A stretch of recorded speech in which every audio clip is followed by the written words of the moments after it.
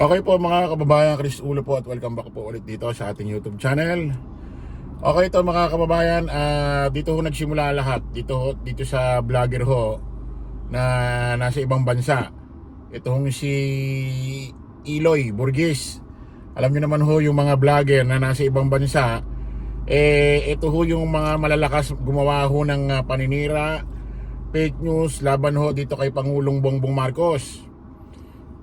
Kasi nga nasa ibang bansa, malakas ang loob, no? Hindi ho basta-basta mahahabol ng batas, no? Kaya ganito na lang ho sila kawalang niya gumawa ng paninira, fake news kay Pangulong Bongbong Marcos. Parang si Gagang Baliw na Maharlika na wala naman love life, ha? Si Harry Roque, ganyan din. Kung maagawa ho ng issue paninira kay Pangulong Bongbong Marcos, ganun-ganun na lang. Kagrabe kasi nga mga nasa ibang bansa ho ito. Ngayon ito, meron hong sumusunod sa yapak ho nila na kung gumawa ho ng paninira, fake news kay Pangulong Bongbong Marcos, grabe. Nung nakaraan ho, nagpakalat ho ng mali or fake news na impormasyon itong si Eloy Burgess na ito raw si Pangulong Bongbong Marcos ay may 4 stage colon cancer. At mamamatay na raw ho ito. Dito nagsimula lahat Play nyo. Play natin mga kababayan. Ang narinig ko nga na-overdose pa yan. Stage 4 na yung colon cancer o si BBM. Bakit hindi naman yung tinatago? Everybody knows that. Sino ba nagsabi sa inyo na secret ang kanyang na secret ang kanyang cancer? Sa John Hopkins pumunta siya sa Amerika. Na kunyari siya mag-United Nations Chororo. Nag-to sa'yo ng pakimo to sa kanyang stem cell sa John Hopkins, sabi ng mga nurses doon na Pilipina. Pero ang totoo, stage 4 na nasa, baka nga bukas makalawa, patay na yun si BBM. Kaya ang ma-president na talaga si Inday Sara para naman hindi tayo ma-shoot to kill. Stage 4 na nasa, bakit hindi pa kayo umaamin? Uy, Alpot, Claire Bigaon, Claire Castro, at ang lahat ng mga sa Malacanang dyan. Ilabas ang totoo nga medical records ang gako nyo nga atin nyo nga presidente. Stage 4 na naday ang presidente nyo si Marcos. Baka bukas na matay siya na nasa. Or baka nga clone na lang niya namatay na sa tapos yung clone na sa mga bilatsing Eloy. Ito ho yung klase ho ng vlogger ho ng mga DD shit. Yung ganitong klase na parang ewan ko rito. Ewan ko, vlogger ba yung ganitong matawag? Parang lang Parang hindi pwede matawag na vlogger or influencer yung ganito. Parang pakalat-kalat na isang ali sa palengke na nagkaperang kaunti tapos naging vlogger na. No? Ay kitang-kita ho natin pagiging parang nitong taong ito. Parang yung panay gala lang sa kalsada tapos biglang nagkapera. Na kahit anong isuot na kapal ng alahas, damit, kahit gaano ka gandang damit ang isuot nito, kitang-kita pa rin ho yung kanyang attitude, pinanggalingan.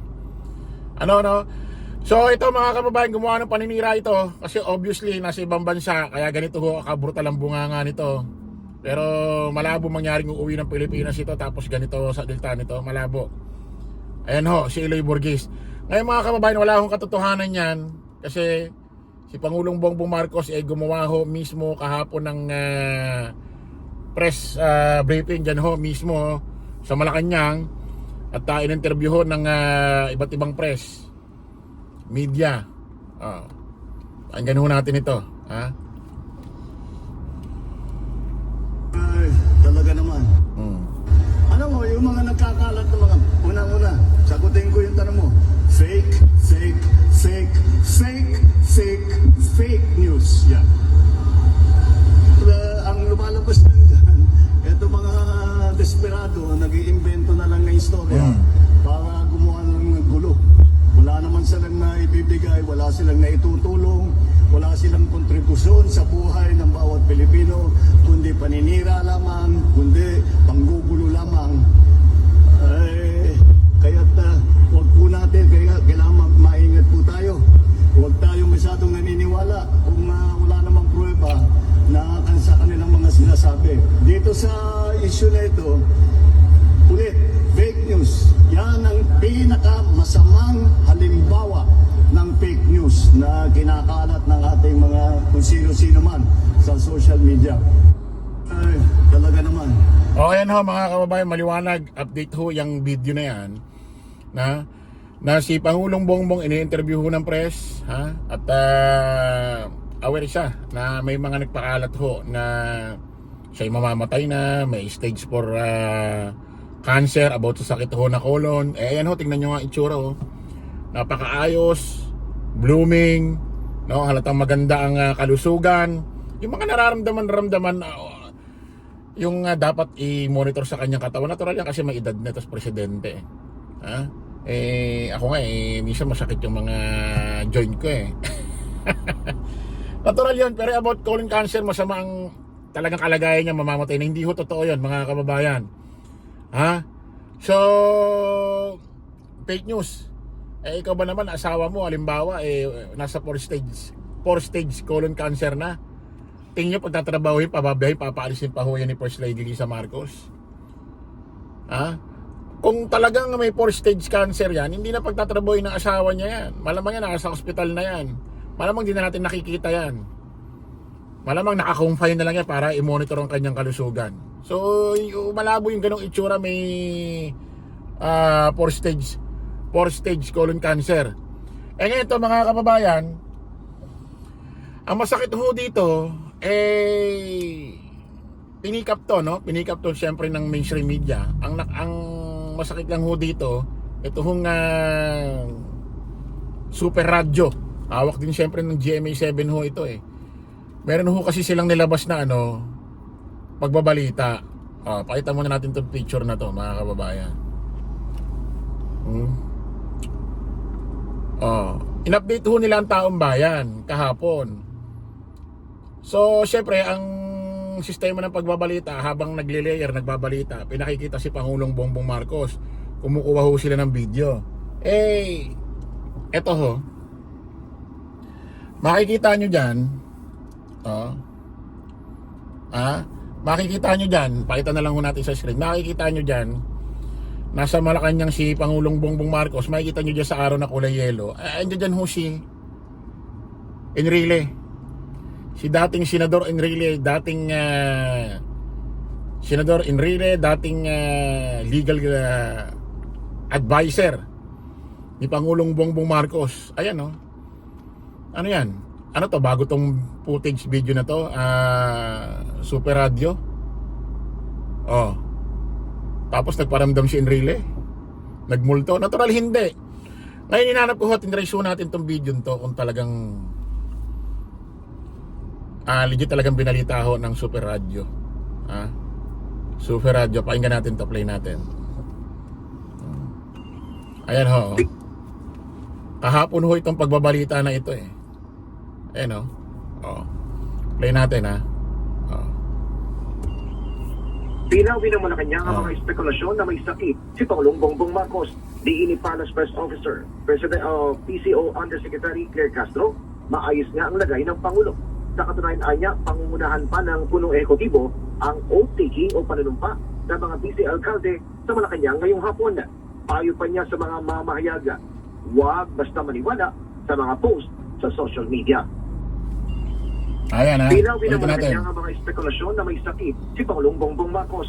Diin ni Palace Press Officer, President of PCO Undersecretary Claire Castro, maayos nga ang lagay ng Pangulo. Sa katunayan niya, pangungunahan pa ng punong ehekutibo ang oath-taking o panunumpa ayun si Enrile alkalde sa Malacanang ngayong Nakita hapon. ninyo? Payo pa niya sa mga mamahayaga. Ulitin natin Ulitin natin. Pinawin ng Malacanang I-stop ko lang ang pagka espekulasyon na may kita sakit natin. si Pangulong Bongbong Marcos. Diin ni Palace Press Officer, President of PCO Undersecretary Claire Castro, maayos nga ang lagay ng Pangulo. Sa katunayan niya, pangungunahan pa ng punong ehekutibo ang oath-taking o Ayan Ayan si Enrile ho. Kabilang side. Bakit super radio, DCWB, bakit kinakailangan kayo kumuha ng lumang video habang nilelayer yung kanyang boses ng pagbabalita na ang issue si Pangulong Bongbong Marcos nasa maayos na kalagayan. Ano magiging impression niya ng mga viewers, especially mga DD shit? Para bang sinasabi na walang mapakitang latest na video kung nasan si Pangulong Bongbong Marcos, kaya gagamitin luma na. O kaya pakinggan nyo yung mga nasa comment section, no? Puro pambabash. Oh. Oh. Oh. Bakit nga kasi kinakailangan kumukay ng lumang video na buhay pa si Enrile?